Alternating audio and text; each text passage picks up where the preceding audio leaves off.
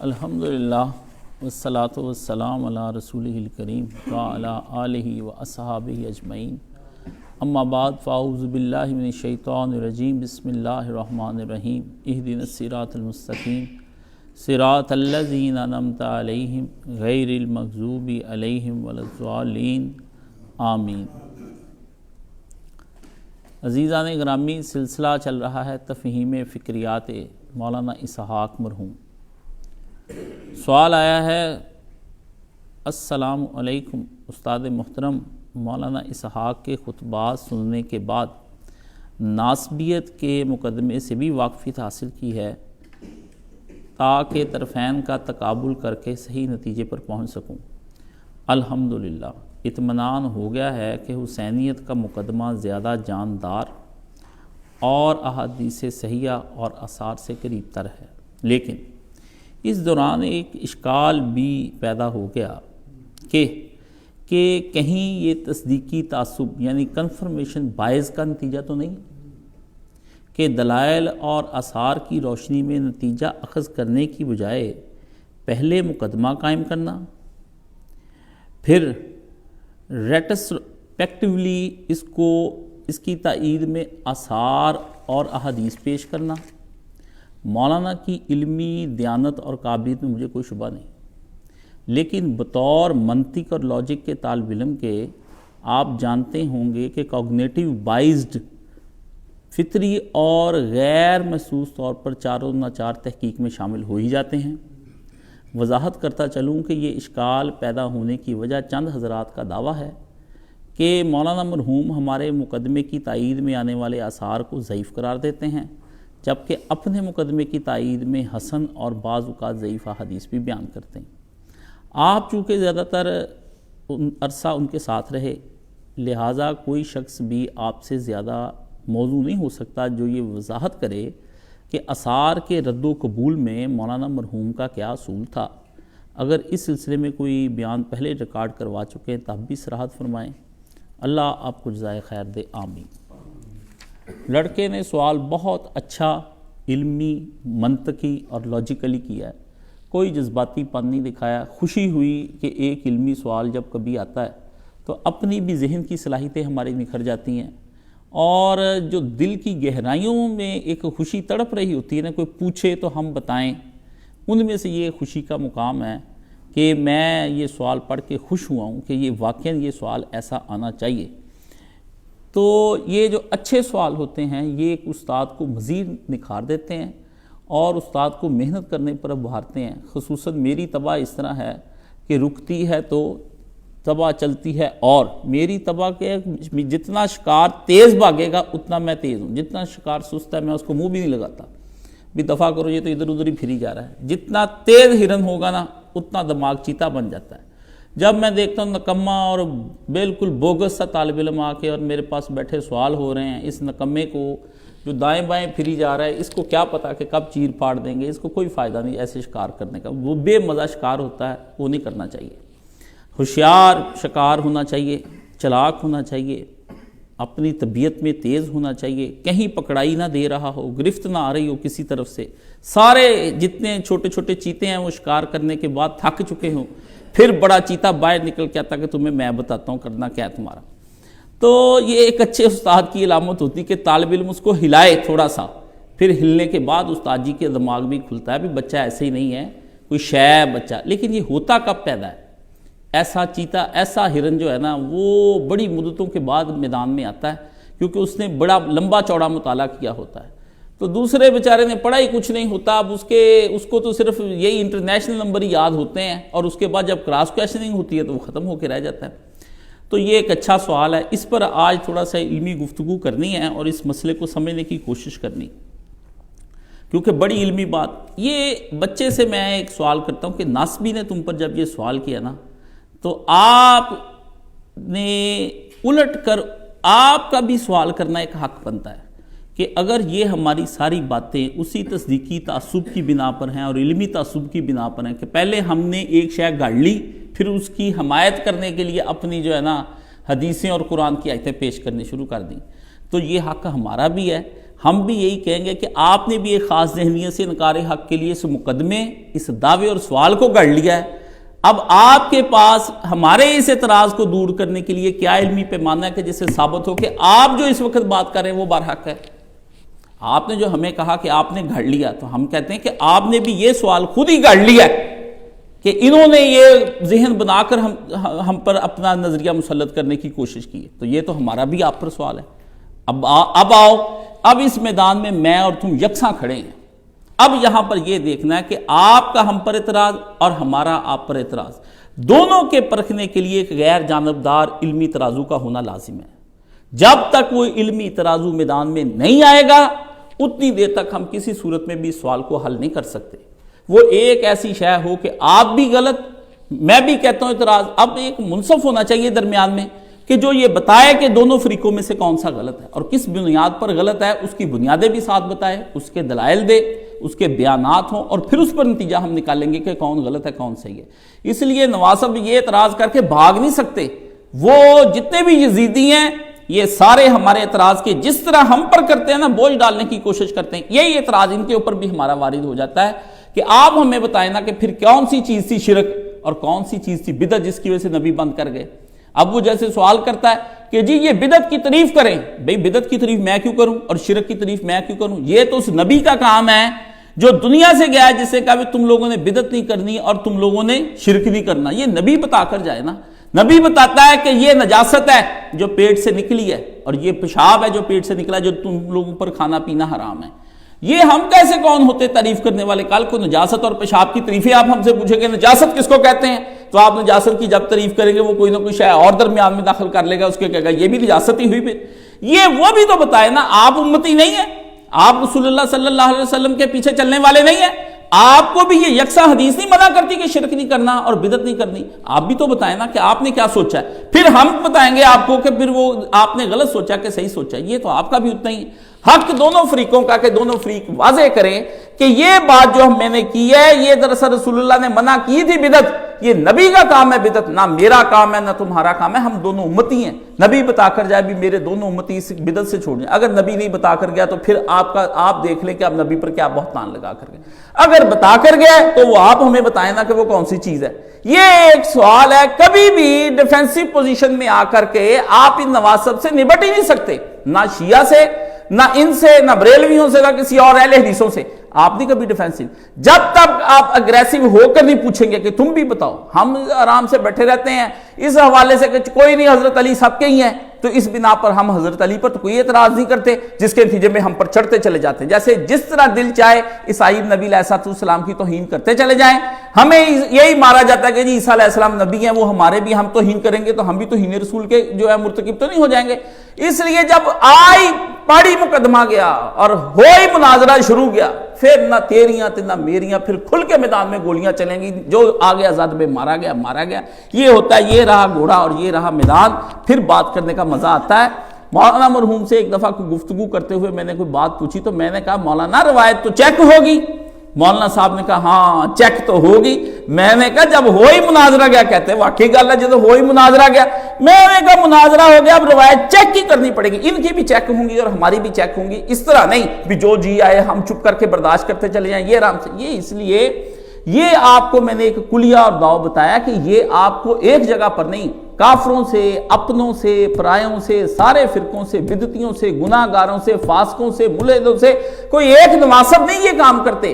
یہ ہر وہ آدمی جس نے حق کا انکار کرنا ہوتا ہے نا، وہ ہزار طرح سے یہ جتن کرتا ہے کہ کسی طریقے سے میں حق نہ مان جاؤں، اگر میں نے حق مان لیا مجھے عمل کرنا پڑ جائے گا یا اس مومن کے سامنے جھکنا پڑ جائے گا۔ اس لیے کبھی بھی آپ نے علم کی دنیا کے اندر یا قرآن مجید پڑھتے ہوئے کافروں سے نیچے ہو کے گفتگو نہیں کرنی۔ وہ ہمارے نبی علیہ السلام کو جو مرضی کرے، ہم ان سے پوچھتے ہیں یہودیوں سے، عیسائیوں سے، بتاؤ نا نبی کس کو کہتے ہیں؟ اگر اس معیار پر محمد رسول اللہ صلی اللہ علیہ وسلم نہیں اترتے تو ہم چھوڑ دیں گے، ورنہ جس طرح کہ تم نبی مانتے ہو، ہمارا نبی تو سب سے کروڑوں درجے بہتر ہے، اور بتاؤ تم توحید کس کو کہتے ہو؟ ہم اس توحید سے اعلیٰ درجے کی توحید نہ مانتے ہوں تو پھر تم ہمیں۔ یہاں پہ لڑکا ایک آتا تھا مجھے، وہ کہتا استاد جی بار کیف کیا ہی تو ثابت ہو ہی جائے گا نہیں نا حدیث کے ذریعے سے کہ توسل ماننا جائز ہے۔ میں نے کہا ایک آدھ حدیث سے اتنا بڑا توسل پیدا کر لیا کہ پورا فرقہ بن گیا اور کروڑوں لوگ ماننے لگ گئے، اور ہم جو کہتے بھی نبی علیہ السلام کی ہزاروں حدیثیں ہیں جس میں نبی علیہ السلام نے دعائیں مانگی، کہیں توسل نہیں مانگا، آپ اس کا کوئی لحاظ ہی نہیں کر رہے ہیں۔ اس لیے میرے برادر، اگر ایک آدمی توسل نہیں مانتا تو زیادہ سے زیادہ کیا ہوگا آپ کی نظر میں کہ اگر میں نے دعا کے درمیان میں توسل نہیں مانگا تو کیا دعا ریجیکٹ ہو جائے گی؟ خدا نہیں مانے گا، کہے گا کہ کس طرح سے میں تیری دعا مان لوں، تو نے فلاں فلاں میرے پیارے بندوں کو درمیان میں توسل میں نہیں لے کر آیا۔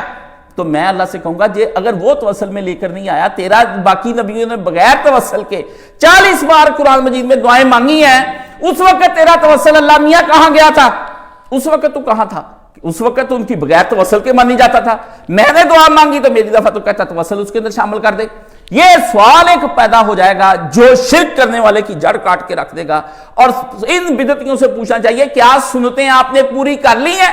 پوری آپ کی جتنے بدعتی ہیں، آپ سب نمازی، پرہیزی، متقی، مسجدوں کی رونقیں، اتنی سنتوں پر عمل کر لیا کہ آپ کا شوق ثواب اتنا بڑھ گیا بھی اور مجھے نیکی کرنی چاہیے، اس کے لیے آپ نے بدعت کر لی۔ انا للہ و انا الیہ، گناہ گاروں کا معاشرہ پھر رہا ہے، لفنٹر وارا، سنی شیعہ، سارے کے سارے ایک جگہ پر پھر رہے، نہ نماز نہ قرآن، مسجدیں بیکار ہو کے، ویران ہو کے، سنسان ہو کے پڑی ہیں، قرآن مجید پڑھتا کوئی نہیں، بدعتوں کے شوق میں۔ بدعت کا مقصد کیا ہے؟ شوق ثواب، کہ مجھے زیادہ ہے شوق ثواب لینے کا کہ میں بہت زیادہ اللہ کے اور نزدیک ہو، جو سنتیں اتنی پوری کر لی۔ اور کیا سنتوں میں اتنا دم نہیں تھا کہ وہ تمہیں اللہ کے قریب کر دیتی، کہ جس کی وجہ سے صحابہ اللہ کے قریب ہو گئے، ابو بکر ہو گیا، عمر ہو گیا، عثمان ہو گیا، خود رسول اللہ صلی اللہ علیہ وسلم ہو گئے نہ۔ اتنے لوگ جو جنہوں نے مرتبے پانے تھے جنت کے سردار بن گئے، امام حسن حسین بغیر کسی بدعت کیے ہیں، فاطمہ جنت کی عورتوں کی سردار بن گئی بغیر اس کے، ابو بکر عمر جو ہے نبی کے ساتھ جنت میں جائیں گے، 10 صحابہ کرام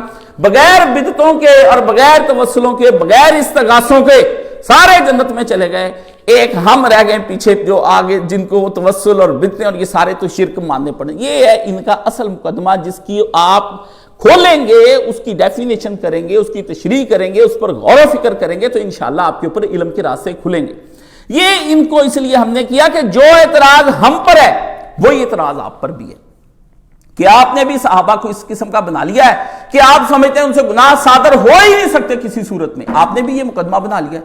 اگر ہم نے بنا لیا کہ ان سے صدور گناہ ممکن ہے اور ہوا بھی ہے اور اس کا وقوع بھی ہوا ہے اور انہوں نے کیے بھی ہیں، اور نبی نے کوڑے بھی لگوائے ہیں، نبی نے ان کی گردنیں بھی کٹوائی ہیں، ہاتھ بھی کٹوائے ہیں، سنسار بھی نبی نے ان کو کروایا ہے، سارا کچھ نبی نے کیا۔ ہمارے ہاتھ تو مقدمہ اتنا مضبوط ہے کہ پورا قرآن مجید ہمارے مقدمے کی دلیل دیتا ہے کہ نبی ان سے کہہ دے کہ اگر ان لوگوں نے کوئی گناہ کر لیے تو اللہ کی بارگاہ میں آ جائے۔ کن سے کہہ دے؟ ہم سے تھوڑی کہا، ان سے کہہ دے جو 1400 سال کے بعد ادھر آتا بھی 1400 سال کے بعد آنے والوں کو کہہ دے کہ تم سے اگر کوئی گناہ ہو جائے، کیونکہ اگلوں نے تو کرنے کوئی نہیں، پچھلوں نہیں کرنے، جو انہوں نے کام کرنا۔ یہ قرآن مجید کی بات ہے۔ یہ بات سمجھنے کے لیے یہ مقدمہ آپ کو جب تک نہیں سمجھیں گے اتنی دیر تک آپ یزیدیوں کے ساتھ گفتگو نہیں کر سکیں گے۔ وہ آپ کو یہی آپ کو، اس لیے انہوں نے ایک مقدمہ پہلا علمی تعصب کی راہ سے بنا لیا کہ صحابہ سے صدور گناہ ناممکن ہے۔ کیوں؟ انہوں نے قرآن مجید کی ایک آیت لے لی، رحماء بینہم وشدہ علی الکفار والی، کہ یہ شدہ علی الکفار و رحماء بینہم قرآن کا ایک اصول بنا لیا کہ آپس میں وہ پیار کرتے ہیں اور کافروں پر وہ بڑے سخت اور بھاری ہوتے ہیں، یہ بنا لیا۔ اسی پر مولانا محمد نافع دیوبندی نے اتنی موٹی کتاب لکھ دی ہے کہ نہیں، یہ صحابہ کی آپس میں کسی قسم کا جو ہے نا وہ کوئی ان کی لڑائیاں نہیں تھی، وہ رحماء بینہم، یہ رحماء بینہم کا میں اب آپ کو بتانے لگا ہوں۔ یہ اعتراضات جتنے بھی وہ کہتا ہے کہ یہ ایک تصدیقی تعصب ہے کہ آثار اور دلائل کی روشنی میں مقدمہ کا نتیجہ اخذ کرنے کی بجائے پہلے ایک بات اپنے ذہن میں بٹھا لی، پھر اس کے نتیجے میں اس کے پیچھے دلیلیں دینی شروع کر دی۔ یہ بات ہر جگہ پر پھر لازم آئے گی، یہ ایک جگہ پر لازم نہیں آنی، یہ تو آپ پر بھی لازم آ جائے گی۔ اس کے بارے میں پھر ہم مناظرے کے اندر کہتے ہیں فما جوابکم فہو جوابنا، جو جواب اب تمہارا ہے وہی جواب اب ہمارا ہوگا، تم اپنا جواب بتاؤ، ہم پھر اسی پر تم کو منوا لیں گے کہ یہ بات تم نے کہی تھی، اب اسی بات کی زد میں تم آ گئے۔ یہ ہے وہ مہارت جو آدمی قرآن مجید پڑھنے کے بعد اور احادیث صحیحہ پڑھنے کے بعد اس کے اندر خدا ایک نور پیدا کر دیتا ہے، جس کی وجہ سے وہ کسی مقدمے کے اندر نہیں ہارتا، نہ کسی مناظرے کے اندر ہارتا ہے۔ یہ میں بچوں کو کہتا ہوں کتابیں پڑھیں اور ان میں قرآن مجید سے دلائل دینا سیکھیں بھی، دلائل لینا سیکھیں، دونوں۔ دینا دلائل بھی ایک فن ہے اور دلائل لینا بھی ایک بہت بڑا فن ہے۔ کہا آدمی نے اپنے بیٹے کو، بیٹا میں تجھے ایک نصیحت کرتا ہوں، حسن کلام کے ساتھ ساتھ اپنے اندر حسن استماع بھی پیدا کر، کہ بات گفتگو خوبصورت کرنے کے ساتھ ساتھ بات کو اچھے طریقے سے سننے کی بھی صلاحیت پیدا کر۔ صرف بات کرنا ہی فن نہیں ہے، بات کو سننا بھی فن ہے، کہ انسان بات کو جس غور اور فکر اور گہرائی کے ساتھ سنتا ہے اور اس بات کی تہہ تک پہنچتا ہے، یہی فن ہے جو ہم نے اپنے استاد سے سیکھا کہ باتیں کرنی کیا ہے، باتیں تو میں ہزاروں کری جاؤں گا، لیکن کسی کے نے جو بات کی ہے اس کی بات کا کیا وزن ہے، اس کے اندر دلائل کیا ہے، بات کا معیار کیا ہے، بات کس سٹینڈرڈ پہ جا کے رکتی ہے، اگر بات مان لی جائے تو کیا نفع ہوں گے، نہ مانی جائے تو کیا نقصان ہوں گے، اور بات کی وجہ سے کون کون سی جگہ پہ ہمیں خرابیاں پیدا ہو جائیں گی۔ اگر ابھی یہ ایک عالم دین کی وسعت ہوتی ہے، وہ بات سنتا ہے باتوں کے درمیان میں اس کے ذہن میں بیٹھ جاتی کہ اس آدمی کی بربادی سچا مرشد کہتا ہے اس وجہ سے ہی ہو رہی ہے۔ یہ آدمی جو مجھ سے بھی گفتگو کی، کئی لوگ میرے ساتھ میرے دوست احباب ہیں، ان کا گناہ یہی ہے کہ وہ میرے زیادہ قریب ہونے کی کوشش کرتے ہیں۔ میں ان سے کہتا ہوں میرے سے قریب نہ ہوں، بجلی کے جھٹکے بڑے برے لگیں گے آپ کو، ہزاروں وولٹیج کی تاریں یہاں چل رہی ہیں، یہ معمولی آدمی نہیں، آپ میرے ساتھ رہتے ہیں، آپ کوئی غلط بات منہ سے ایک آدھ لفظ نکال دیتے ہیں، وہ میرے دل پہ چپک جاتا ہے کہ اس کے بنیادی دینی تصورات میں یہ بات انتہائی غلط بات کی۔ وہ بڑی دیر کے بعد میں کبھی جمعے میں بیان کرتا ہوں، وہ کہتے ہیں جی آپ نے ہم کو کہی ہے، بھی تم کو ہی کہی ہے، تم کیوں نہیں سمجھتے کہ شکر ہے مجھے میری غلطی سن کے تو بتا دیا کہ تم کو کہی ہے۔ یا آپ قریب نہ ہو، آ جاتے ہو تو پھر وولٹیج سہنے کی طاقت رکھو، پھر چھوٹی ننی منی تار بگا پہ پاڑ کے وہ جانا بلب 200 واٹ کا ہزاروں وولٹیج کی تار کے بعد کیا بلب لیے پھرتے ہیں آپ۔ اس لیے ایک عالم دین ہم وقت وہ نشے کی حالت میں بھی اگر ہونا یا کوئی گناہ بھی کر، اس کے دماغ میں بات چلنی چاہیے کہ دین کا کوئی ستون نہ گرنے پائے، دین کا کوئی تصور نہ خراب ہونے پائے، دین کا کوئی ایسا کانسیپٹ جس کی وجہ سے یہ آدمی بات کرے اس کی آخرت نہ تباہ ہو جائے یا کسی اور لوگوں کی اس کے پیچھے، کیونکہ ایک آدمی کا تصور ایک تصور نہیں ہوتا، اس آدمی کی طرح کے لاکھوں کروڑوں لوگ ہوتے ہیں جو اسی تصور کے اندر اپنی زندگی بسر کر رہے ہوتے ہیں۔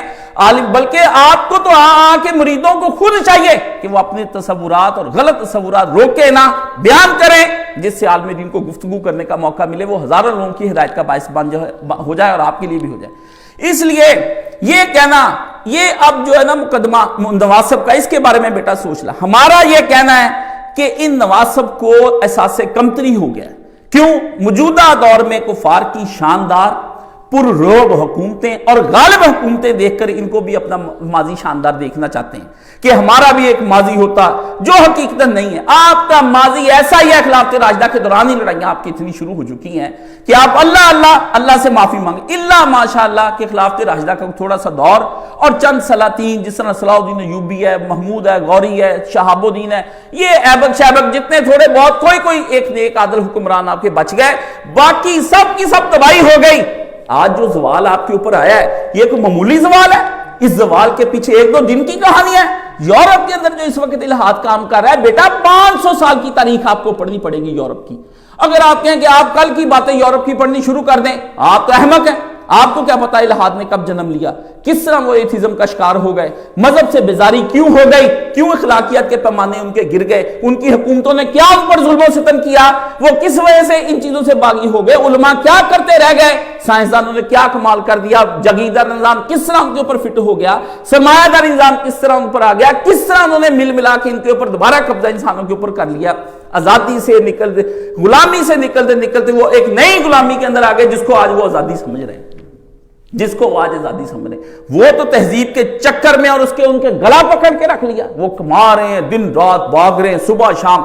اس میں ان کی بیویاں کہاں چلی گئیں، وہ یاروں کے ساتھ یرانے لگا لے، بچے ان کے کہاں پر چلے گئے، بے دین ہو کے رہ گئے، خود وہ کیا ہو گئے وہ ان کو خود نہیں پتا، نشوں میں لگ گئے اور ڈپریسو ہو کے اخیر اولڈ ہومز کے اندر جا کے مر گئے، اور ان کو دفنانے کے لیے ان کی اولادیں بھی ان کو لیے نہیں آئی۔ یعنی ایک آدمی نے غلامی سے جان چھڑانے کے لیے ایک راستہ اختیار کیا آزادی کا، اور اس کا خود ساختہ تھا، اپنا متعین کردہ تھا، اپنی مرضی سے اسے وہ راستہ اپنانے کی کوشش کی، وحی کو اس نے نہیں کسی طریقے سے ہاتھ پکڑایا، نہ وحی کے پیچھے چلا، نہ وحی کی معرفت لی، نہ اپنے آپ کو جاننے کی کوشش کی کہ میں آزاد کس طرح سے ہوتا ہوں۔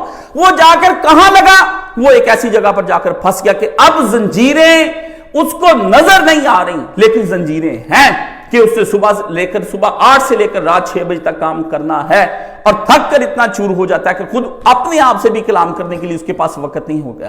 وہ پاگلوں کی طرح دولت کے پیچھے گھوم رہا ہے، صبح نکلتا ہے رات تک دولت دولت دولت کرتا پھرتا ہے، پیسہ پیسہ، کتے کی طرح سونگتا پھرتا بھی کہاں پیسہ ہے، اور شام کو وہ نڈال ہو کے گر جاتا ہے، اور اس کا اینڈ بھی جا کر اگر مسلمان بھی کما رہا ہے تو اس کا اینڈ جا کر دیکھ لے کیا ساتھ لے جائے گا، جتنی کھانے کی تھی اتنی تو خدا نے تجھے دی، عیش کرنے کی بھی خدا نے دی ہے، لیکن یہ ہے کہ ہوس اکٹھے کرنے کی، یہ اللہ تعالیٰ نے نہیں اس کو کہا تھا۔ عیش کرنے کی دولت بھی بندے کو کسی جگہ سکون دے دیتی ہے، لیکن اکٹھا زیادہ کرنے کی ہوس یہ آدمی کو سکون نہیں کرتی، یہ بے چین۔ آپ چیک کر لیں، آپ کے پاس عیش کرنے والی دولت موجود ہے، آپ نیڈ سے اوپر نکلے، کمفرٹس اور جتنی بھی لگژریز ہیں آپ کے پاس ہیں، لیکن بھاگنے کی اتنی لالچ ہے کہ بھاگے جاؤ بھاگے جاؤ بھاگے جاؤ کہ اور بھی آئے، چاہے وہ 10 گاڑیاں گھر میں کھڑی کرنے چلانی ہے، آپ نے ایک ہے، اب یہ ہے کہ نہیں اب یہ نہیں چلانی، اب یہ چلانی، یہ نہیں اب یہ چلانی، کھانے کے لیے ایک ہی سامان کافی ہے، لیکن فریج کے اندر 40 اس لیے رکھے ہیں کہ جب جی چاہے میں کھاؤں، یعنی ہر چیز کے اندر ایک نہیں۔ یہ میں نے مغرب کی مثال اس لیے آپ کو دی کہ یہ مقدمہ صرف یہاں تک کا مقدمہ نہیں ہے کہ مولانا اسحاق اور حسینیت کے مقدمے کو سمجھنے کے لیے یہ چیزیں معاون ہوں گی، بلکہ جو میں کہہ رہا ہوں یہ علمی طور پر ایک اہم چیز ہے، ایک اہم پرنسپل ہے، ایک اہم اصول ہے، جس کے نیچے آپ کو اس کو کہتے ہیں پرنسپل آف دی ہسٹری، علم اصول تاریخ، کہ وہ ہسٹری کے جتنے بھی پرنسپلز ہیں اور اس کے اصول ہیں ان کو سمجھنے کی کوشش کرتا ہے۔ تو یہ اب ان کو تعصب ہو گیا نواسب کو کہ ہم اپنے ماضی کے بارے میں کیوں نہ کہیں وہ شاندار ہے۔ بھئی آپ کا ماضی اتنا شاندار ہوتا تو آپ کو یہ دن دیکھنے کے لیے نہ تھے جو اس وقت آ رہے ہیں، ٹھیک ہے نا۔ اپنے باپ تک کو آپ برا بلا کہتے ہیں کہ اس نے اس وقت کوئی کام نہیں ڈھنگ سے کیا، جگہ خرید لیتا تو آج ہمیں یہ محنتیں نہ کرنی پڑتی۔ آپ کے بھی کوئی بڑوں نے کوئی آج تک کوئی کام سواد کا کیا ہوتا تو آپ کو یہ دن نہ دیکھنے پڑتے، کفار آپ کو جوتے مارتے۔ دل کا کڑنا ایک الگ بات ہے، دل کا کڑنا ایک الگ بات ہے۔ جو مرضی سعودیت برباد ہو رہا ہے نا، اس کے بڑوں نے یہ دن اس دن کے لیے یہ کام کیا تھا کہ امام محمد بن عبد الوہاب نے ساتھ دیا تھا کہ بعد میں اولادیں ان کی عیش کریں۔ دوسری بات، یہ جو ناصبی کا سوال ہے وہ شیعہ تعصب میں آ کر صحابہ کے بارے میں معصومیت کا وہی عقیدہ بنا لیا جو انہوں نے اپنے 14 معصومین کے لیے بنایا ہوا تھا۔ یعنی شیعہ کہتے ہیں کہ 12 امام اور 2 معصوم، ایک رسول اللہ صلی اللہ علیہ وسلم اور ایک بی بی فاطمہ، یہ 14 جو ہے نا معصوم ہیں، ان سے کوئی گناہ صادر نہیں ہو سکتا۔ ہر وہ روایت جہاں پر نبی علیہ السلام بھولے بھی ہیں نا معمولی صاحب، وہ کہتے ہیں نبی بھول ہی نہیں سکتا۔ ایران میں میری وہاں پر علماء سے گفتگو ہوئی، وہاں پہ وہ کہیں یہ روایتیں ضرور ہیں ہمارے ہاں بھی ہیں بھی صحیح، پر یہ ہو نہیں چونکہ عقلی طور پر سکتا۔ کیوں نہیں عقلی طور پر ہو سکتا؟ اس کی وہ کوئی نہیں، انہوں نے خود من گھڑت دلائل اس قسم کے بنا لیے ہیں۔ وہ کہتے ہیں جو آیا ہے نا اس کو دیکھ کر نہیں ہم نے اصول بنانا، پہلے ایک اصول بنانا ہے، اس کے تحت آئے کو چیک کرنا ہے، اس کے نتیجے میں پھر وہ جو جی چاہتا ہے۔ 2 حصے شیعہ کے بھی، یہ نہیں کہ سارے شیعہ اس کے منکر ہیں، شیخ مفید اور شیخ کلینی دونوں الگ الگ رائے رکھتے ہیں، ایک اور دونوں مکس اپ اتنا ہو گیا، اتنا اختلاف ہے حدیثوں کو ماننے کے اندر اور نظریات کے اندر کہ آج تک ہمیں یہی نہیں پتا چلتا بھی ان میں سے کون شیخ مفید کے پیروکار ہیں اور کون شیخ کلینی کے پیروکار ہیں۔ آج تک نہیں پتا چلا شیعوں کے دونوں اماموں کا بھی یار یہ دونوں کس کس کے پیچھے چل رہے ہیں۔ اس کے آدھے عقائد وہ ادھر سے مان لیں، اس کے آدھے عقائد ادھر سے وہ مان لیں۔ کوئی ایک اصول ہو کہیں پر جا کے مفید کو پکڑ لیتے ہیں، ہاں جی، جس طرح ایک ہم ہے کہیں امام ابو حنیفہ کو پکڑ لیا، کہیں امام بخاری کو پکڑ لیا، جب دل چاہ جہاں پر جس کو مرضی استعمال کر لیا، میرے دل کی پوری ہوتی رہے۔ اس لیے علماء نے کہا ہے کہ ایسی تقلید بھی غیر مقلدیت کہ جس کے اندر خواہش نفسانی شامل ہو جائے، بھی ایک اس امام کی مان لی، ایک اس امام کی مان لی، وہ زندیق ہے آدمی، اس کی گردن اڑا دینی چاہیے کہ وہ اپنی مرضی کے مطابق دین سارا استعمال کرنے کی کوشش کر رہا ہے۔ ایسا بھی ہونا چاہیے۔ عباسی دور کے اندر ایک زندیق اٹھا، بے ایمان زندیق وہ ہوتا ہے اوپر سے خوب اچھا اسلام کا پیروکار ہو اور اندر اسلام کی جڑیں کاٹتا ہو کہ کسی طریقے سے لوگ ملحد ہو کے مر جائیں۔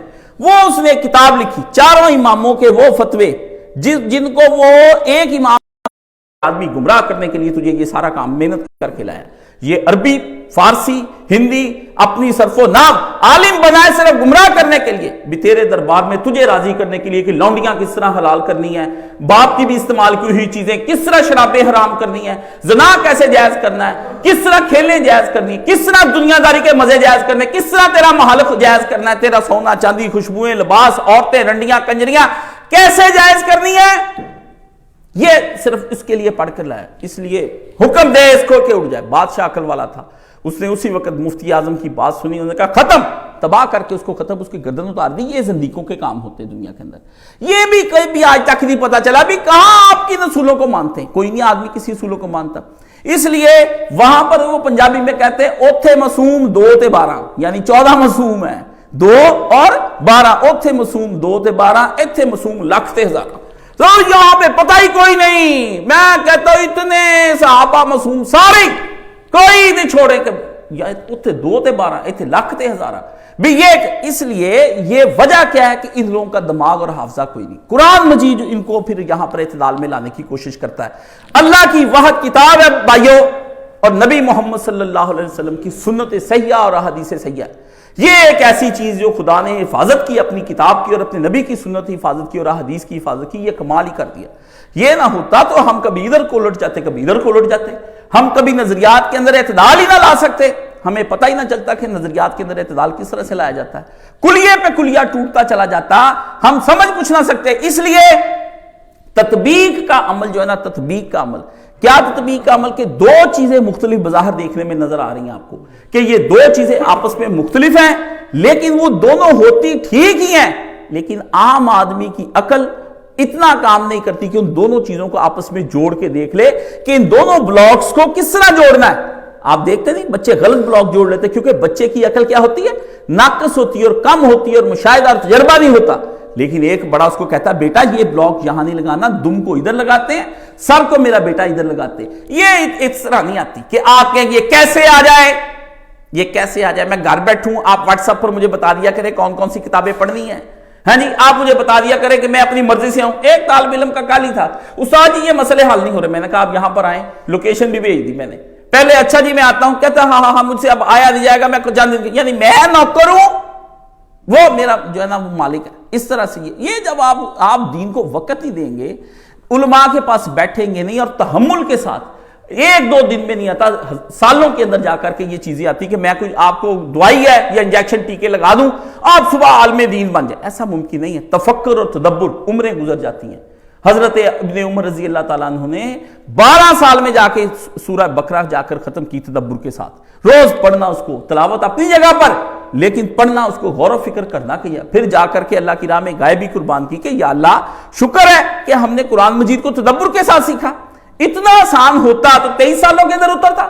ایک دن میں اللہ 23 سالوں کا قرآن مجید اتار کے رکھ دیتا کہ نہیں بھئی ایک دن میں سارا قرآن. 23 سالوں میں آہستہ آہستہ جا کر قرآن مجید میں اترا, اور اللہ نے اپنے پیارے نبی صلی اللہ علیہ وسلم کو کہا پیارے نبی آپ بھی قرآن کو جب ہم آپ پر اتاریں اپنی زبان کو جلدی جلدی حرکت نہ دیں, اس کو یاد کرنے کے لیے ہم ہیں جو آپ کو یاد بھی کروا دیں گے اور آپ سے بیان بھی کروا دیں گے. یہ ہم ہیں, یہ ذمہ داری ہم پر ہے. اللہ نے ذمہ داری یہ لی, اتنا آسان کام نہیں تھا. بار بار آیا ہر آیت کے اندر کہ تم ان آیات پر غور کیوں نہیں کرتے. ابھی حکم دیا, بات سمجھ میں آ گئی, اب اینڈ پہ بات یتدبرون کہنے کا کیا مقام ہے.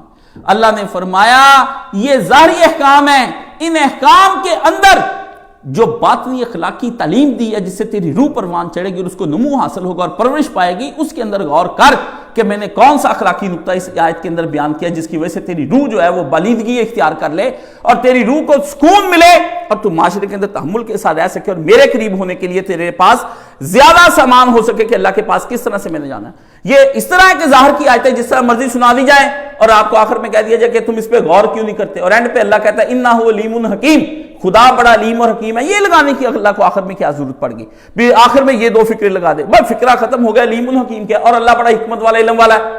اللہ نے کہا جو بھی گفتگو کی گئی ہے اس کے اندر حکمت پنہا ہیں اور علم پنہا ہیں, دونوں باتیں سوچ لے. اور علیم اور حکیم ان دونوں لگا کے تنوین لگا کے وسعتیں پیدا کر دی بھی اتنی ہیں کہ تو بھی احاطہ نہیں کر پائے گا.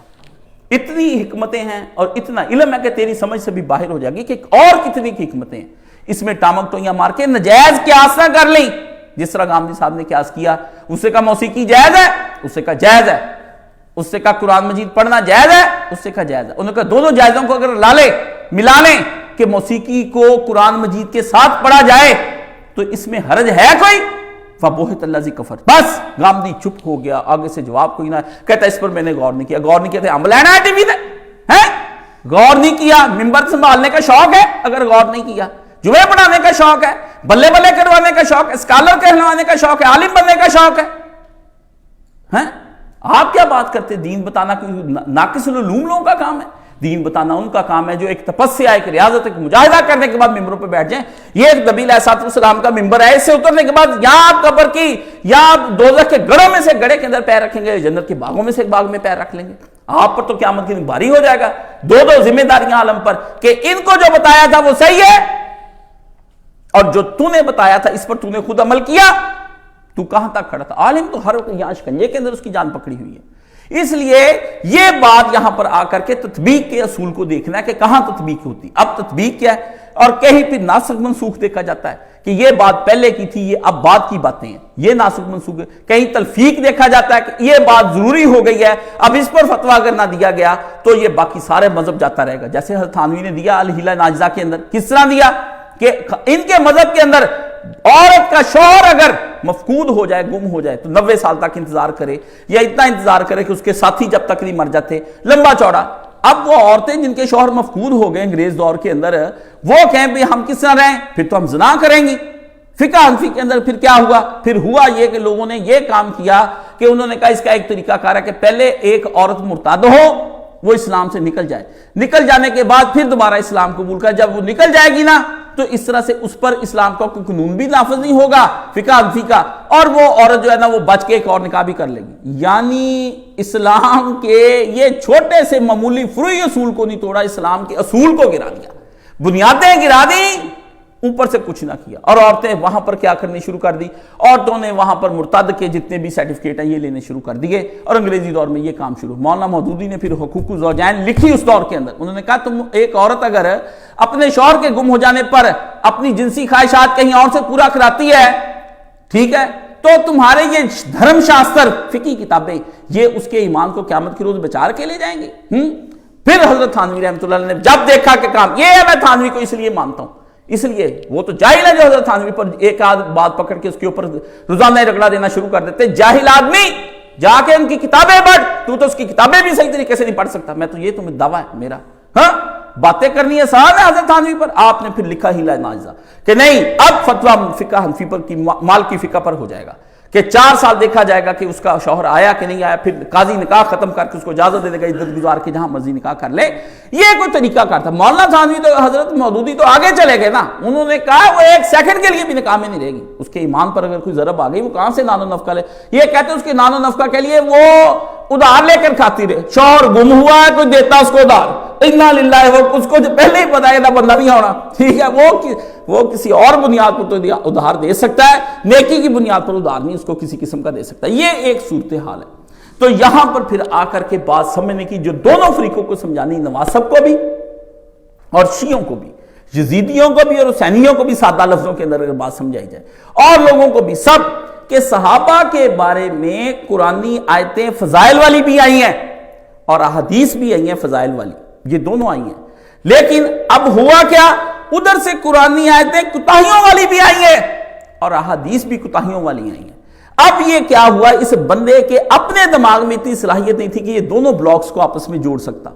اس نے پھر کیا کیا، یہ پھر ہو گیا وہی جو اس نے سوال کیا، تصدیقی تعصب، کنفرمیشن بائزڈ ہے، یہ ہو گیا وہ تصدیقی تعصب آ گیا کہ پہلے ایک بنا لیا تھا کہ صحابہ گناہ نہیں کر سکتے، وہ کہتے کر سکتے ہیں، جنہوں نے کر لیا وہ بعد میں بخشے نہیں جا سکتے۔ یہ دونوں فریقوں نے آپس میں ایک نیا لوچ تال لیا، آپ ہی مناظرے سے بات چلی، لڑتے لڑتے لڑتے وہ ایک تعصب کے اندر آ گئے، اور پھر اس کے اندر وہ کوگنیٹو بھی آ گیا، اور سابقہ جو ہے اثر کے تحت تائیدی باتیں بھی آ گئیں، وہ اپنی تائید میں آیتیں لیتے ہیں، سورہ منافقین پڑھی جائیں، سورہ توبہ پڑھی جائیں، یہ اپنی طرف سے صحابہ کرام کی وہ جو رکن اللہ فرماتا ہے کہ وہ سجدوں میں سر ہوتے ہیں، وہ صدقے دیتے ہیں، وہ اللہ کے وہ ادھر پڑھی جائیں، یہ اپنی پڑھی جائیں، وہ ادھر سے صحابہ کرام کے بارے میں فضائل والی حدیثیں آتی جائیں، وہ ادھر سے وہ جن کے اندر ان کی کوتاہیاں ہوئی ہیں ان سے وہ لے کر آتے جائیں۔ دونوں فریق ممبروں پہ چڑھ گئے، ایک نے سپاہ صحابہ بنا لی، دوسرے نے سپاہ محمد، ہے جی، دونوں ایک ISO بنا کر بیٹھ گیا، دوسرے جو ہیں وہ اس کے مقابلے میں صحابہ کرام کا گروہ بن گیا۔ اب اس کے بارے میں ہو کیا، دونوں فرقوں کو بائزڈ بنا دیا، اور دونوں فرقے اسی چیز کے بائزڈ جو ہے اس کے تصدیقی تعصب کا شکار ہو کے رہ گئے، اور جو سابقہ اثر کے تحت آیات اور حدیثیں آئی تھی پہلے مقدمہ قائم کرنے کا، پھر اپنی تائید میں وہ پیش کرنی شروع کر دی، لوتا قرآن میں تو یہ بھی ہے، قرآن لڑائی شروع، جس کے نتیجے میں حقیقی علم تاریخ تباہ ہو کر رہ گیا۔ اس کے نتیجے میں کیا ہوا، آپ کے ہاتھ میں کوئی علمی بات نہ آئی، 2 گروہ بن گئے، مار مریا شروع ہو گیا، بم دھماکے شروع ہو گئے، کافر کافر کے نعرے لگ گئے، امت تقسیم ہو کے رہ گئی، وحدت امت کوئی نہ رہی، کافر آپ کے اوپر چڑھ دوڑے، اور اب آپ یہ کہتے ہیں کہ ہاتھ باندھنے چاہیے، کھولنے چاہیے۔ وہ جو ہے انگریز وہ جو کافر ہیں وہ آپ کے ہاتھ باندھنے کھولنے کوئی نہیں دیکھتے، وہ مارتے ہیں ایک بمب، جس بمب کے ذریعے سے باندھنے والا بھی مر جاتا ہے اور کھولنے والا بھی مر جاتا ہے، فاتحہ خلف الامام والا بھی مر جاتا ہے اور جو نہیں پڑھتا وہ بھی مر جاتا ہے۔ حنفی بھی گیا تو سنی بھی گیا، شافعی بھی گیا، دیوبندی، اہل حدیث سب گئے، قیامت آ گئی، امت کے لڑکے جو ہیں وہ کیا ہوا، نئی نسل وہ دین سے بیزار ہو گئی، وہ جا کر ایتھیزم کا شکار ہو گئے، کوئی ملحد بن گیا، لوگ کنفیوژن کا شکار ہو گیا۔ اور اللہ کے بندو، خدا کا دنیا کے اندر سب سے بڑا قہر جو کسی آدمی پر یا قوم پر ہوتا ہے وہ کنفیوژن ہوتی ہے جس کے اوپر طاری ہو جائے۔ انا للہ و انا الیہ راجعون۔ اللہ اس کنفیوژن کے سے ہمیں مامون اور محفوظ فرمائے۔ سارا کنفیوژن کا مسئلہ ہے سارا، یہ جب تک دو فریق آپس میں بیٹھ کے تحمل کے ساتھ تنازع کو حل نہ کریں، ایک دوسرے کے دلائل نہ سنیں اور ایک نقطہ اشتراک پر آ کر گفتگو نہ کریں اور اپنی اپنی اصلاح پر نہ ہو جائیں، اسی دن تک یہ معاملہ تو ٹھیک ہی نہیں ہونا، جو مرضی کر لیں، یہ وہ دلائل دیں، ادھر سے یہ دلائل دیں، پھر تو ایک دوسرے کو زیر کرنے کا مقابلہ چل پڑا ہے، مسابقہ چل نکلی کہ دوسرے کو نیچے گرانا کیسے ہے، یہ پھر چل پڑا، پھر باقی کوئی بات نہیں رہ گئی۔ اس لیے دونوں فرقے اس کے بارے میں آپ کو بتا دیتا ہوں۔ اعتراض کا وہ جی صحابہ کرام کیسے آپس میں لڑ سکتے ہیں، وہ تو شدہ والکفار ورحم بینہم ہے جی، اعتراض روایتی طور پر پیدا کر دیا کہ نہیں، جب قرآن نے کہہ دیا آپس میں اتنا ان کا پیار ہے، پھر ان کی لڑائیاں کس طرح سے ہو سکتی ہیں؟ میں نے کہا قرآن مجید کے اندر آپ دیکھ اعتراض ہے، آپ کو میں بتا دیتا ہوں 20 جگہ پر قرآن مجید پر اعتراض آ سکتا ہے۔ یوسف علیہ السلام جب بن گئے تھے بادشاہ، فوری طور پر خاطر خواہ کے اپنے ابے کو بلا لیتے، نہیں تو اپنے ابے کے پاس وہ کیوں نہیں گئے؟ یہ تو کنعان تھا، اعتراض تو ہمارا بھی ہے، کرو روایت سدھی، کرو یوسف علیہ السلام کا قصہ ٹھیک ہے بھی، انہوں نے جو بادشاہ بنے تھے جس دن، اسی دن گھوڑا پکڑتے اپنے ابے کو، بے قرار جو ابا تھا، جا کے ملتے، ان کو علاقے کا نہیں پتا تھا کہ میں کنعان سے آیا ہوں ہاں جی، وہ کیوں نہیں اس وقت فوری طور پر چلے گئے؟ وہ جو اتنی دیر لگائی، ابا بھی روتا رہا، یوسف علیہ السلام یہاں تڑپتے رہے، وہ کیوں نہیں گئے اس وقت؟ اور یونس علیہ السلام کو جو سزا ہو گئی تھی، وہ پھر مچھلی کے پیٹ سے نکلتے کیوں نہیں قوم کی طرف چل پڑے؟ بجائے اس کے آرام کرنے لگ گئے، ایک کدو کے درخت کے نیچے لیٹنے لگے، اٹھ کے کہتے ہیں بھئی یار جس وجہ سے مجھے سزا ملی ہوں ادھر جانا چاہیے۔ اللہ نے کہا واہ ملیم، وہ بگوڑا ہو گیا، تو اس مقام سے بھاگ گیا کہ ہمیں مقام دعوت پر کھڑا کیا تھا، وہ چھوڑ کر نکل گیا۔ نوح علیہ السلام کے بارے میں آپ دیکھ لیں، قرآن مجید کے اندر آتا ہے، آپ یہ دیکھیں، پڑھتے جائیں قرآن مجید کے اندر، یہ سورہ ہود کے اندر ہے، اور نوح نے کہا اللہ کا نام لے کر اسی کے ہاتھ میں اسی کا چلنا اور ٹھہرنا ہے، اس میں سوار ہو جاؤ، بے شک میرا رب بخشنے والا ہے۔ وہ کشتی ان کو لے کر لہروں میں چلنے لگ گئی، اور پھر آگے پڑھ لیں کیا ہے، اللہ نے فرمایا لہریں کیا تھی، فی موجن کالجبال، گویا وہ پہاڑ تھے، لہریں نہیں تھی، اللہ پاک نے فرمایا پہاڑ جیسی لہریں تھی، فرمایا وہ کوئی چھوٹی نہیں، کراچی کا سمندر ہل رہا ہے اس طرح کر کے، لہر آ گئی۔ اللہ نے فرمایا اس دن وہ لہریں نہیں تھی، ماؤنٹ ایورسٹ کے پہاڑ جتنی اونچی اونچی لہریں تھیں، وہ چل رہی تھیں، جو کشتی اپنے اس وقت نوح نے آگے سے کہا میں ابھی پہاڑ پر چڑھ جاؤں گا اور وہ مجھے پانی سے بچا لے گا، تو نوح نے کہا آج اللہ کے عذاب سے بچانے والا کوئی نہیں، اور نہ کوئی بچ سکتا ہے مگر وہ جس پر اللہ رحم کرنا چاہے، بس اللہ نے فرمایا وَحَالَ بَيْنَهُمُ الْمَوْجُ فَكَانَ مِنَ الْمُغْرَقِينَ، فرمایا ابھی یہ گفتگو چل رہی تھی باپ بیٹے کے درمیان، ایک پہاڑ جیسی پھر اس کے درمیان میں باپ بیٹے کے درمیان میں موج آئی اور اس کا بیٹا ڈوب کر رہ گیا، ہم نے ڈبو دیا اس کا بیٹا۔ فرمایا اور حکم دیا گیا کہ اے زمین اپنا پانی نگل جا اور اے آسمان تو تھم، پانی خشک ہو گیا اور کام تمام کر دیا گیا۔ اللہ اللہ اللہ اللہ، وَقُضِيَ الْأَمْرُ کے لفظ اللہ نے فرمایا کام تمام، ختم کہانی ان لوگوں کی اللہ نے فرمایا کر دی، اور کشتی کوہ جودی پر جا ٹھہری اور کہہ دیا گیا کہ بے انصافوں پر خدا کی لعنت، فرمایا اور پھر کیا ہوا، اور نوح نے اپنے رب کو پکارا اے اللہ میرا بیٹا بھی میرے گھر والوں میں ہے، تو اس کو بھی نجات دے اور تیرا وعدہ سچا ہے، تو سب سے بہتر حاکم ہے۔ اللہ نے فرمایا نوح وہ تیرے گھر والوں میں نہیں ہے، وہ تو ناشائستہ افعال ہے، تو جس چیز کی تجھ کو حقیقت معلوم نہیں اس کے بارے میں سوال نہ کر، میں تجھ کو نصیحت کرتا ہوں کہ نادان نہ بن۔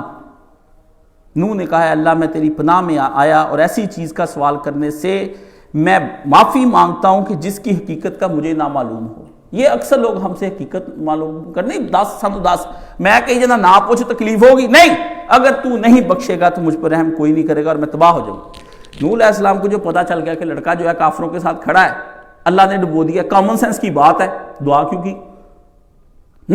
بتائے گا ایک بندہ غرق کر دیا، اللہ کی رحمت، نبی کو اتنا بھی تدبر نہ آیا، کہ ایک بندہ ادھر کھڑا تھا، اللہ نے تباہ کر دیا، یہ لڑکا ہی غلط تھا جو اللہ نے تباہ کر دیا. بعد میں کہا تو میرے گھر والوں کو بچا. اللہ نے کہا تینوں جو میں دسیا. اعتراض تو بیسیوں ہو سکتے قرآن مجید کیا جائے، لیکن وہ اعتراض پھر حل ہوتے ہیں. علماء ان اعتراضات کو حل کرنے کی کوشش کرتے ہیں. آئیں اسی قرآن مجید کی ایک آیت آپ کو میں پڑھ کر سناتا ہوں. قرآن مجید میں یہ صحابہ کرام کا حال دیکھ لیں. آپ کرتے نا باتیں، مولانا نے اس پہ جمعہ پڑھایا جو میں آپ کو بات بتانے لگا ہوں. فرمایا اے نبی، اللہ تم کو اور مومنوں کو جو تمہاری پیروی کرتے ہیں کافی ہے. یہ سورہ الانفال ہے، 64 65 اور 67 آیت نمبر ہے. ٹھیک ہے. اے نبی مسلمانوں کو جہاد کی ترغیب دیں. اب سنتے جائیں ہو کیا ہونے کیا لگا. آیت بڑی غور سے سننی، اگر آپ چونک گئے فائدہ کچھ نہیں ہونا. اگر تم میں سے 20 آدمی ثابت قدم رہنے والے ہوں گے تو 200 کافروں پر اللہ کہتا غالب آ جائیں گے. کتنے پر؟ 20 آدمی. اللہ نے کہا اگر تم میں سے ثابت قدم رہنے والے ہوئے تو 200 پر ہو جائے. اور اگر 100 ایسے ہوں گے ثابت قدم تو 1000 پر غالب آ جائیں گے. 313 کیسے غالب آ گئے؟ اس لیے کہ کافر لوگ ایسے ہی ہیں کہ وہ کچھ دماغ نہیں رکھتے، کوئی سمجھ نہیں رکھتے. اب ذرا آگے کر لیں. یہ ابھی پیچھے یہ ہو رہی، اب آگے. اب اللہ نے تم پر بوجھ ہلکا کر دیا اور معلوم کر لیا کہ اب تم میں کس قدر کمزوری آ گئی ہے. بس اگر تم 100 ثابت قدم رہنے والے ہوگے تو 200 پر غالب آؤ گے. پہلے کیا تھا؟ 20 200 پر. اب ایک بندے کے حصے میں کتنے آ گئے؟ 2. پہلے 20 اور ہے اور 200 پر غالب رہیں گے. اور اگر 1000 ہوں گے تو اللہ کے حکم سے 2000 پر غالب رہیں گے. اللہ ثابت قدم رہنے والوں کا مددگار ہے. پچھلی آیتوں میں 20 200 پر، اگلی آیت کے اندر 1 2 پر. کرو ثابت. اب یہ قرآن مجید کی آیتیں در آیتیں کدھر گئی؟ اور ایک مسئلہ اس میں سے یہی نکل آیا کہ نبی کے ہوتے صحابہ کا ایمان اتنا کمزور ہو گیا. یہ قرآن بتا رہا ہے. جب نبی رہا ہی نہیں تو پھر کیا ہو گیا ہوگا؟ ہمارا تو مقدمہ ثابت ہو گیا. آپ ہمیں مقدمہ کس طرح ثابت کریں گے؟ ہم تو یہی کہتے ہیں کہ نبی علیہ السلام کے بعد صحابہ کے ایمان کی وہ حالت نہ رہی جو رسول اللہ کے ہوتے تھی. اور سارے دیوبندی مانتے ہیں کہ صحبت صالح کے اندر بندے کی ایمانی حالت بہت بڑھ جاتی ہے. جب صحبت صالح کے پاس آتے ہیں انہیں پتہ ہے کہ جب عالم دین کے پاس بیٹھتے ہیں بہت اوپر چلا جاتا ہے. جو بات 10 20 خطبوں کے اندر نہیں سمجھ آتی وہ ایک عالم کے پاس تھوڑی دیر کے لیے بیٹھے آپ کو سارا مسئلہ حل ہو کے رہ جائے گا. یہ ہم نے اختیار کیا اپنے استاد کی صحبت. ہمیں پتہ ہے نا کہ ہم سے کیا کیا اشکال ہمارے حل ہوئے، کیونکہ استاد ہر وقت خطبہ دینے کے موڈ میں نہیں ہوتا. وہ باتوں کے اندر کوئی نقطہ بیان، روٹی کھا رہا ہے بات بتا دی، کہیں سفر میں جا رہا ہے بات بتا دی، آپ اس کے ساتھ کھیل ہی رہے تھے مذاق ہی کر رہے تھے، اسے درمیان میں کوئی بات بتا دی، اخبار ہی پڑھ رہے تھے، اس کو اچانک خیال مولانا صاحب کو آنا لگا دیکھ کاشفہ دیکھ بارش خبر آئی ہے. اس کا اصل میں مطلب یہ ہے اگر بیٹا یہ ہو تو پھر تو اصولی لحاظ سے یہ غلط ہو. اخبار پڑھتے ہی لطیفے ایک دفعہ 2 3 سنا رہے تھے، اس میں سے ایک اصول نکالا، ایک دفعہ شعر سناتے، ایک دفعہ نہیں یعنی بار بار یہ کام ہوا. میں نے ان کو زندگی میں دیکھا کہ ہر شے کے اندر سے وہ قیمتی نقطہ نکال لیتے تھے. حتیٰ کہ ایک کسی نے اوور گفتگو کی ان کی مجلس کے اندر، انہوں نے اس پہ بغیر سمائل دیے، اس کے بعد انہوں نے ایک بغیر سمائل جو انہوں نے سمائل ہم سارے ہنسے وہ نہیں ہنسے. اس سے مجھے پتہ چل گیا استاد جی کی یہ بات اخلاقی حمیدہ میں سے نہیں ہے، یہ بات نہیں اس طرح کرنی چاہیے تھی. استاد کی تو خاموشی بندے کو بہت کچھ سکھا جاتی ہے. آپ کہتے بولنا ہی ثابت کرو تمہارا حالت کے اندر. یہ ایک بات ہے کہ یہ اب ان مقدموں کو کون آدمی سمجھنے کی کوشش کرے گا. اس لیے صحابہ ایک وقت میں 100 پر باری. یہ قرآن مجید کی آیتیں. یہ مسعود احمد BSc ایک ناسبی ہوا ہے، جماعت المسلمین کا امام ہے، بڑا یہ پکا. اس نے ایک کتاب لکھی، چھوٹے چھوٹے رسالے لکھے، واقعہ کربلا اور افسانہ کربلا، واقعہ صفین، افسانہ صفین، واقعہ جمل، افسانہ جمل، واقعہ ثقیفہ، افسانہ. کہتا ہے کچھ ہیں افسانے جو شیعوں نے بنائے ہیں اور کچھ حقائق ہیں. اس میں اس نے لکھا، بڑی محنت اس نے کی، اس میں بتایا یہ راوی کمزور ہے، چھوٹے چھوٹے رسالے. پر ان رسالوں پہ بھی ہم استاد شگیر نے تقریباً 18 گھنٹے محنت کی بغیر کھائے پیے. کتنے گھنٹے؟ 18 گھنٹے. رات 11 بج گئے، صبح 5 بجے کے ہم استاد شگیر کام کرتے رہے. نہ انہوں نے روٹی کھائی نہ میں نے روٹی کھائی، کرتے رہے. جو رجال کی کتابیں تھیں انہوں نے کہا بیٹا اس کا، میں نے کہا استاد جی اس کا پوسٹ مارٹم کرنا ہے. حد کیا کہتے ہیں بس پھر ٹھیک ہے تیار ہو جی جمعرات کو وہ آ گئے. لگے رہے ہم استاد شگیر، نڈال میں بھی ہو گئے، نڈال وہ بھی ہو گئے. ایک ایک چیز ہم نے اس میں سے نکالی، وہ اتنا بریک بریک لکھا آپ تصور نہیں کر سکتے. وہ میں نے پڑھا. اس میں واقعہ جمل کے اندر وہ لکھتا ہے کہ یہ سارا جھوٹا ہے، کوئی نہیں حضرت عائشہ کی اور حضرت علی کی آپس میں جنگ ہوئی. وہ کہتا کوئی جنگ نہیں ان دونوں صحابہ ان کے آپس میں ہوئی، یہ تو کچھ بھی نہیں. پر کہتا ایک بات مجھے سمجھ نہیں آتی، تنگ ہوا نا کہ بخاری شریف کی روایت کے مطابق پتہ چلتا ہے کہ حضرت عائشہ، طلحہ، زبیر بی بی عائشہ اور یہ سارے کرنے گئے تھے مکے عمرے مدینہ سے، یہ بصرہ کیا کرنے چلے گئے؟ بصرہ کیا کرنے چلے؟ کہتا یہ مجھ پر معمہ حل نہیں ہوتا، یہ معمہ مجھ پر حل نہیں ہوا کہ یہ بصرہ کیا کرنے چلے گئے، کہ دل میں تو آیا خیال بھی عمرہ کر کے واپس مدینے آتے، چھوڑ کے عراق کی طرف چلے گئے، یہ اس طرف کیا کرنے چلے گئے؟ جنگ لڑنے گئے تھے نا، وہاں پر جا کے جنگ لڑی۔ کہتا مجھے صحیح سند سے مل نہیں رہا اس لیے میں اس کے بارے میں چپ ہوں۔ چلو کوئی بات تو اٹھائی اس نے۔ اسی طرح عتیق الرحمان سمبلی یہ کہتا ہے تاریخ کے اندر کہ واقعہ کربلا کا پس منظر مولانا منظور نعمانی کا لڑکا بھی مرا ہے زیادہ عمر کے ساتھ۔ سورا لکھنے کے بعد واقعہ کہتا ہے کہ جب امام حسین کے ساتھ شرائط طے آ گئی تھی کہ میں یزید کے ہاتھ پر بیعت کر لوں، کیونکہ یہ مانتے ہیں نا ان شرائط کو، تو پھر امام حسین کے ساتھ جنگ کیوں کی ابن زیاد نے؟ وہ تقدیر نہیں تھی، وہ تطبیق دینی نہیں آئی، وہ تطبیق دینی نہیں آئی، دونوں کو ادھر ہی رک کے کھڑا ہو جاتا، سمجھتا بھی یہ کیوں ہوا، اس کیوں کا حل نکالنے کے لیے رکتا نہیں ہے، ایک محقق اس کیوں کا پردہ چاک کر کے اس کے پیچھے سے حقائق نکال کر لے آتا ہے، وہ کہتا ہے میں بتاتا ہوں کیوں ہوا کیوں نہیں ہوا، کیوں ہوا کی بنا پر وہ آیت روایت چھوڑنی پڑنی تھی کہ جو جس کے اندر کہ امام حسین نے بیعت کر لی یزید کی، وہ روایت چھوڑنی پڑنی تھی، روایت نہ چھوڑی دوسری طرف، اور دوسری طرف جو روایتیں آتی تھی کہ آپ نے نہیں کی، اس کے بارے میں اس نے کہا کہ یہ میں نے قبول نہیں کرنی، چونکہ اس سے اپنا الو سیدھا ہوتا تھا، یہ بھی اتنے درجے کی تھی اور وہ بھی اتنے درجے کی تھی، جس سے الو سیدھا ہوتا تھا وہ قبول کر لی، کتاب لکھے اور لمبے ماری، نہ کسی نے پوچھا نہ بتایا۔ یہ ہے وہ چیزیں جس کے بعد آپ اور پوچھے، ان سے پوچھے ناسبیوں سے بھی آدم علیہ السلام کے بیٹے نے جو کوے کی طرف دیکھ کر قبر کھود دی، تو آپ آج تک وہ بیٹے کی سنت پر عمل کرتے ہوئے میتیں دفن کرتے ہیں؟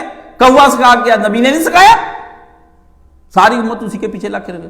اللہ اسی وقت آدم علیہ السلام کو بتاتے ہیں بھی بھئی تمہارے بیٹے نے بندہ مار دیا تمہارا پتر، وہی جو آتی رہی 1000 سال رہنے کا کیا فائدہ ہوتا ہے؟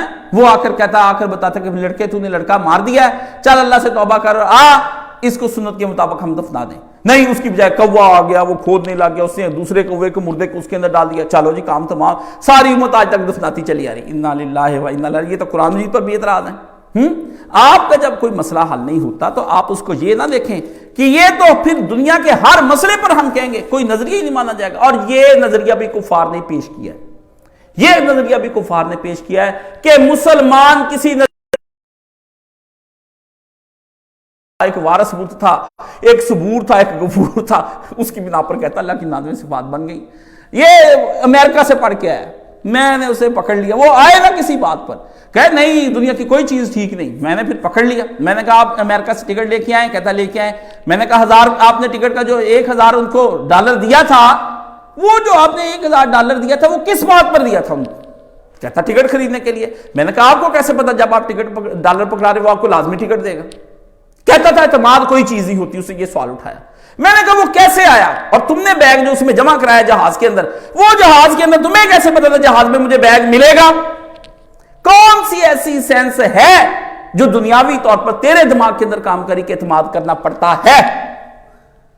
اس لیے میرے ساتھ جب گفتگو بندہ کہتا ہے آپ کچھ اصول سکھائیں، اصول نہیں سکھائیں، آپ میرے ساتھ بیٹھیں، ایک بے دین دہریے کی گفتگو یہاں مولانا اسحاق صاحب کر رہے ہیں اسی گل بہار کلونی کے اندر ایک پروفیسر کے میں ساتھ ہی بیٹھا ہوں اور میں استاد جی کے ساتھ مل کے مناظرہ کر رہا ہوں وہاں پر، ٹھیک ہے نا، کہ آپ اگر نہیں کرتے تو آپ یہ کریں۔ میں نے کہا استاد جی یہ بچے نے ٹیکا نہیں لگوانا آپ سے، مجھے پکڑنے میں ٹیکا آپ لگائیں، سمجھ گئے نا، یہ ایسے نہیں لگوانا۔ ایک اصول ہوتا ہے جو آدمی اپنے استادوں کے پاس بیٹھ کر سیکھتا ہے۔ خرادیے کے پاس آپ بیٹھیں گے، ایک مدت لگائیں گے، پھر وہ آپ کو پتہ ہے کہ شافل ایسے بنتی ہے، اس طریقے سے فلان ناٹ اس طرح تیار کیا جاتا ہے، جاتے ہی آپ کو کون سمجھا دے، جاتے ہی کون سمجھا دے، استاد کی شاگردی کے اندر آنا پڑتا ہے۔ پھر یہ پوچھتا ہے کہ میں بطور منطق اور لاجک، بیٹا ہم نے بھی منطق اور لاجک استعمال کی ہے، کر یہ منطق اور لاجک، میں تجھے بتا رہا ہوں ہتھیار تیرے پاس ہے لیکن ابھی تجھے ٹول جو ہے نا چلانے نہیں آئے۔ استاد جی نے 2 کتابیں مجھے پڑھائی تھی، منطق استخراجی اور منطق استقرائی، کرام حسین جعفری کی، کہا یہ 2 پڑھو سیدھا کام ہوگا۔ پھر اس کے بعد میں نے تفہیم المنطق پڑھی، دوسری کتاب مولانا عبداللہ عباس ندوی رحمۃ اللہ علیہ کی جو ندوہ والوں نے شائع کی ہے، بڑی بہترین، اس سے اعلیٰ منطق کی کتاب کوئی نہیں، نہ قطبی نہ سلم العلوم، کچھ بھی نہیں ہے اس کے مقابلے میں، کیونکہ وہ سارے علم پڑھا ہوا تو اس نے پھر آسان بنا کے سنا دی۔ منطق کے اصول ہم نے بھی سمجھے ہیں اور پڑھے ہیں، ٹھیک ہے نا، منطق کے لحاظ سے اگر تجھے ہم سمجھ۔ باقی میرے بیٹا یہ جو تم کہتے ہیں نا کوگنیٹو بائزز، کہ یہ بھی ساری جتنی نا ایک علمی تعصب، عقیدے کی جان بوجھ کر تبدیلی، کہ بندہ اپنے جو پڑھا ہوا ہوتا ہے نا اپنا اس کا فطری اور غیر محسوس طریقے پر جو وہ اس نے پہلے تصورات اور حقائق اپنے دل میں بٹھائے ہوتے ہیں نا، وہ اس کی تحقیق میں شامل ہو ہی جاتے ہیں۔ یہ تیرا میرے بیٹے یہ بات کہنا ہو ہی جاتے ہیں دعویٰ ہے، دعویٰ ہے۔ اس دعوے کو ثابت کرنے کے لیے تجھے دلائل دینے پڑ جائیں گے۔ یہ دعویٰ ہے، یہ تو نے تحقیق کہاں سے شامل کر لی؟ جس طرح یہ سارے لوگوں نے ایک بات بنا لیا ہے بھی ہر نبی کو اللہ تعالیٰ نے اپنے دور کے مطابق معجزے دیے۔ موسیٰ علیہ السلام کے دور میں جادو تھا، اس لیے اللہ تعالیٰ نے ان کو دے دیا۔ حضرت عیسیٰ علیہ السلام کے دور میں ایک طب تھی، اس لیے اللہ تعالیٰ نے ان کو بندے ٹھیک کرنے کا دے دیا۔ یہاں عمر رؤوف آیا میرے پاس سمجھنے کے لیے، میں نے کہا عمر پہلے تو یہ مقدمہ ثابت کرنا کہ ہر دور کے اندر جادو تھا، یہ تم لوگوں نے کہاں سے سیکھ لیا کہ نبی اس دور کے معجزوں کو اس دور میں وہ چل رہا تھا اس لیے نبی ایک چیز لے کر آیا؟ یہ کس طرح ہو سکتا ہے؟ پہلے تو یہ اصول اور مقدمہ ثابت کر، پھر اس کے بعد اگلی بات چلے گی کہ نبی یہی ساحل دین کرتا ہے، ہر دور کی نبی کو چیزیں وہاں دی گئی تھی۔ بیوقوف بنایا ہوا تم نے ہمیں، ہم پاگل ہیں تیری طرح کے پڑے ہوئے؟ امریکہ سے تو گدھا پڑھ کے آیا، قوم کو بیوقوف بناتا پھرتا ہے۔ تجھے لگتا ہے کہ امریکہ سے جو پڑھ کے رہتا ہے یہاں کے لوگوں کے دماغ نہیں ہے؟ یہاں کے لوگوں کو اللہ تعالیٰ نے جو دماغ دیے وہ کسی قوم کو بھی نہیں ابھی تک عطا فرمائے۔ 7 قوموں کا مرکب ہے یہ قوم، آپ کو ایک نسل سے 20 قوموں کا مرکب مل ملا کے تو آپ ایک قوم بنے، دماغ کوئی معمول نہیں ہے۔ یہاں پر جو آیا آ کے ہمیں پڑھا کر چلا جائے، اس لیے جلدی جلدی ایمان نہ لے کر آیا کرے، وہ پھر اس کے ذریعے سے ایک شے ثابت کرتا ہے کہ ساری قوموں کو اللہ نے ٹیکنالوجیز دی اور یہ دیا وہ دیا، اس قوم کو پھر ہمیں کیوں نہیں دی؟ نبی علیہ السلام کو ٹیکنالوجی کیوں نہیں دی بھائی؟ اس سوال کا جواب تم ہمیں دو نا کہ نبی علیہ السلام آتے کہتے ہیں ابوبکر تو فزیالوجی کا ماہر ہے، علی تیرے جیسا ذہین آدمی علم اور حکمت جو نبی پاک نے بتائی طب بتا دیتے ہیں علی کو کہ چل تو طب بتا ماہر ہے، عمر وہ جناب ٹیکنالوجی کا ایک سائنس کا 4 صحابی بناتے، 4 اس سے ویلے جہاز اڑ جاندے، کوئی صحابہ اینو نکل جاندے، کوئی یوم نکل جاندے، پوری دنیا چ اسلام شام نو آ کے حضور نو اطلاع ہو جاندی، حضور ساری جگہ اسلام پھیل گیا، نبی یوٹیوب جاری کر دیندے اسے وقت ہی، آپ کہتے میرا چینل سارے سبسکرائب کر لو انشاءاللہ دین ہو جاؤ تم سارے ہم انا للہ و انا الیہ راجعون۔ یہ پڑھاتے پھرتے ہیں دین کا کام اللہ کے بندو، بندہ بنانا کوئی آسان کام نہیں ہے، بندہ بنانا آسان کام نہیں ہے۔ 23 سال لگے نبی کو ابو جہل کے بیٹے اکرمہ کے دل میں گر کرنے کے لیے، سمجھ گئے نا؟ 1 دن 2 دن کا کام نہیں ہے، اور کئیوں کے دلوں میں نبی کوئی جگہ ہی نہیں بنا سکے، وہ مر گئے نبی علیہ السلام کے مقابلے میں، جانیں دے دی، 23 سال کے بعد بھی مانے نہیں ہو۔ کچھ ایسے تھے جنہوں نے اس وقت مان لیا، بعد میں نبی کے مرتد ہو گئے، سارے عرب کے قبائل دیکھ لیں جو ابوبکر صدیق کے دور میں مرتد ہوئے ہیں۔ آپ یہ دیکھیں یہ ہم چاروں یہ تو تمہارے شامل ہو ہی جاتے ہیں، یہ اس سے تو پتہ چلتا ہے آدمی خائن ہے، آدمی کی خیانت ہے کہ کہیں پر اپنے اوپر بھی بات آئے، اپنے بہن بھائیوں پر بات آئے۔ اللہ نے قرآن مجید میں کہا کہ تیرے رشتہ داروں کے اوپر بھی بات آئے تو اس وقت تقوی اختیار کر اور عدل کی بات کر، یہ نہ کر کے یہ میرے اپنے، اور آپ کو بھی کسی وقت معافی مانگنی پڑے، بہت مشکل ہے آپ خود سے معافی مانگنی کہ بندہ سب کے سامنے کہے کہ یہ مجھ سے جرم ہوا، اور بعض اوقات بندہ یہ جرم جو ہے نا اوپر سے مان جاتا ہے، اندر سے نہیں مانتا، اندر سے نہیں مانتا۔ اندر سے ماننے والے کے چلن تے لچھن اور ہوتے ہیں، باہر سے ماننے والوں کے چلن اور لچھن اور ہوتے ہیں۔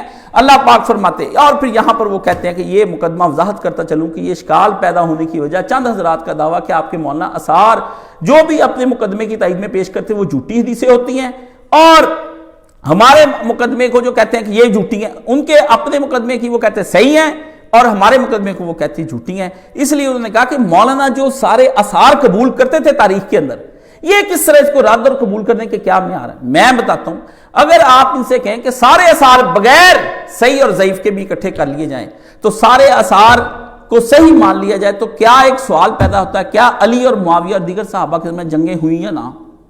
پہلا تو سوال یہ ہے کہ یہ چھوڑ دیں کہ غلط کون ہے صحیح کون ہے، پہلے تو ہم یہ پوچھیں گے نا کہ جنگیں ہوئی، یہ تو مسعود BSc بھی مانتا ہے، ہاں جی، واقعہ صفین کے اندر کے زحا کے ٹائم چاشت کے وقت جنگ ہوئی حضرت علی کے ساتھ، چاشت کے وقت دن چڑھے جنگیں ہوئی، کوئی رات کے اندھیرے میں نہیں ہوئی۔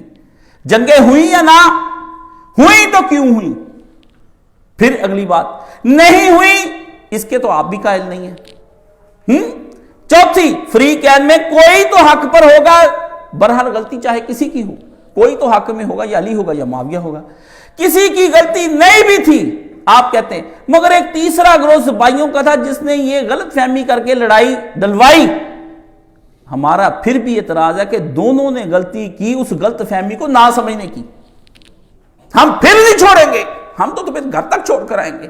دونوں نے غلط فہمی کیوں وہ دونوں اس غلط فہمی پر آئے؟ آپ دیکھیں پہلے غلط فہمی کی بنا پر بھی ہوئی تو اتنے بڑے علم و دانش کا معیار علی اور نور کی چادر پہننے والا معاویہ جو آپ اس کی حدیث سے دونوں کی حالت یہ بھی تیسرے بندے نے درمیان میں لڑائی کرائی تو یہ دونوں نے ان کی وہ غلط فہمی جو ڈلوائی ہوئی تھی اس کو سمجھنے میں تو غلطی کی کہ نہیں کی تو اس کا مطلب غلطی جو آپ بڑی دیر سے کہہ رہے تھے کہ نہیں ہوتی، اس کا مطلب ہوئی، ہٹنا تو میرے ہے نہیں تمہیں ہے، فرمایا غلطی ہوئی، فرمایا ہوئی۔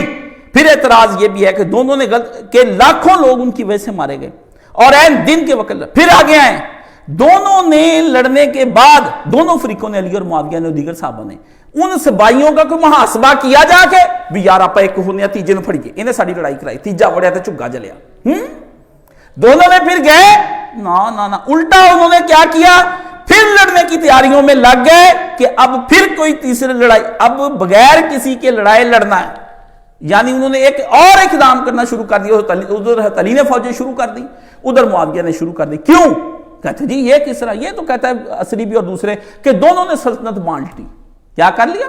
دونوں نے سلطنت، اسے کہا تم ادھر حکومت کرو، اس سے کہا ادھر، جب سلطنت بانٹ لی تھی تو پھر امام حسن کے ساتھ صلح کس بات پر ہوئی؟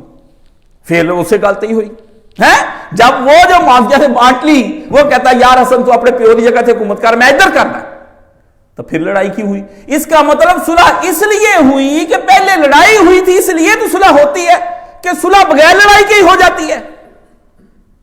انا للہ و انا الیہ، یہ ہو رہا ہے کریٹیکل تھنکرز، عمر بھائی کہتے ہیں آپ کریٹیکل تھنکرز ہیں، یہ ایک عالم دین جب تحقیق پر اتارنے کے لیے آتا ہے پھر وہ کہتا ہے صلح ہوئی یا پھر لڑائی پر دونوں مادہ تھے، یہ تو بخاری شریف کے اندر ہے کہ وہ بھی فوجیں لے آیا پہاڑوں کی طرح، یہ بھی ہو گیا۔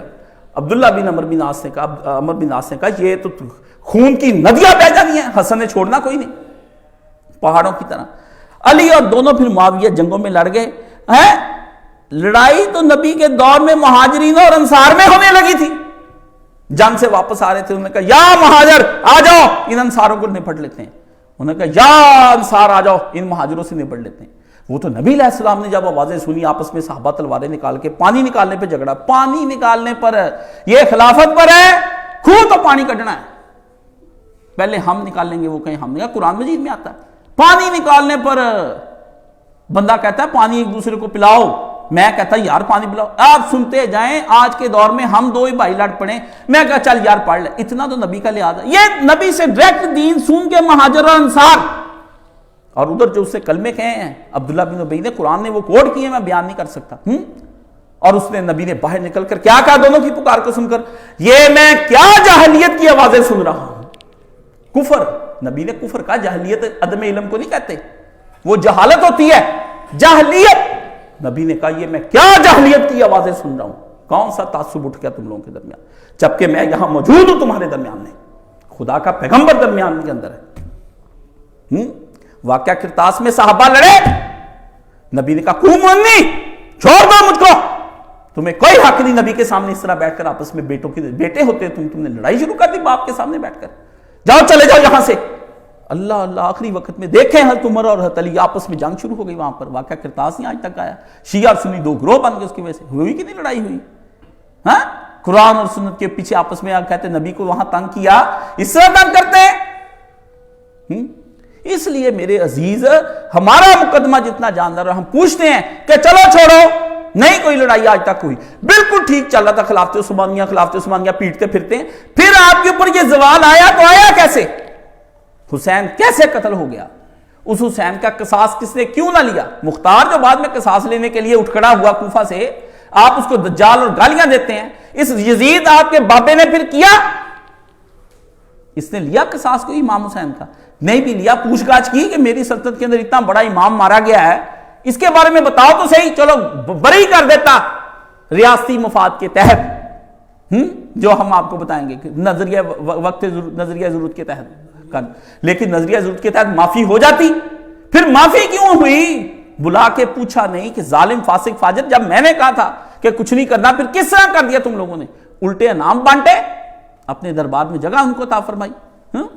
آپ کس طرح کا مقدمہ ہمارے سامنے لے کر آنا چاہتے ہیں؟ اس بچہ پوچھتا ہے کہ اسار پڑھتے وقت کیا یاد رکھنا ہے؟ اسار بیٹا میرے سامنے سارے ضعیف بھی آ جائے گا،